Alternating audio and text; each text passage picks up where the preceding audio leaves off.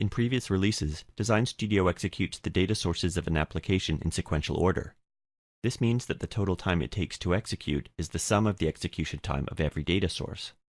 In Release 1.5, we have the option to execute data sources in parallel. Note that executing in parallel requires multiple sessions. Each session consumes resources on the server that stores the actual data. To demonstrate this feature, we have two identical applications.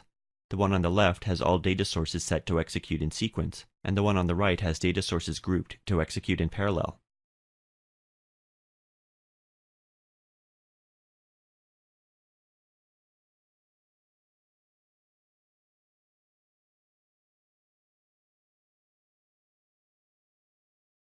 The application with data sources in parallel executed faster. Next, we'll view the applications in Design Studio, so we can see how to set up parallel data source execution. We'll edit the properties of the data sources in the Demo Series application to execute in parallel. Note that the application contains 5 data sources, which are executed in sequence from DS1 to DS5. In this release, we can now assign one or multiple data sources to a processing group.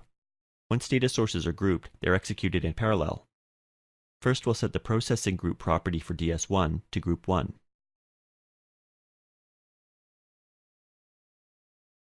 Note that DS1 now includes the group name 1.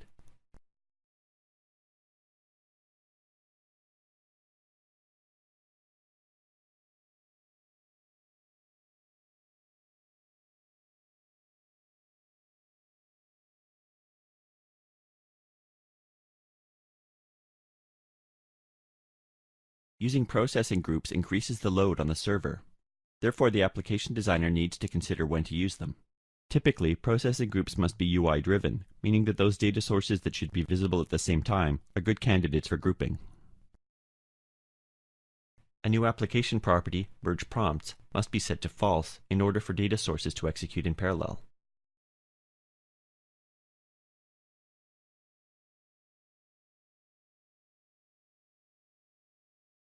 The application data sources now execute in parallel.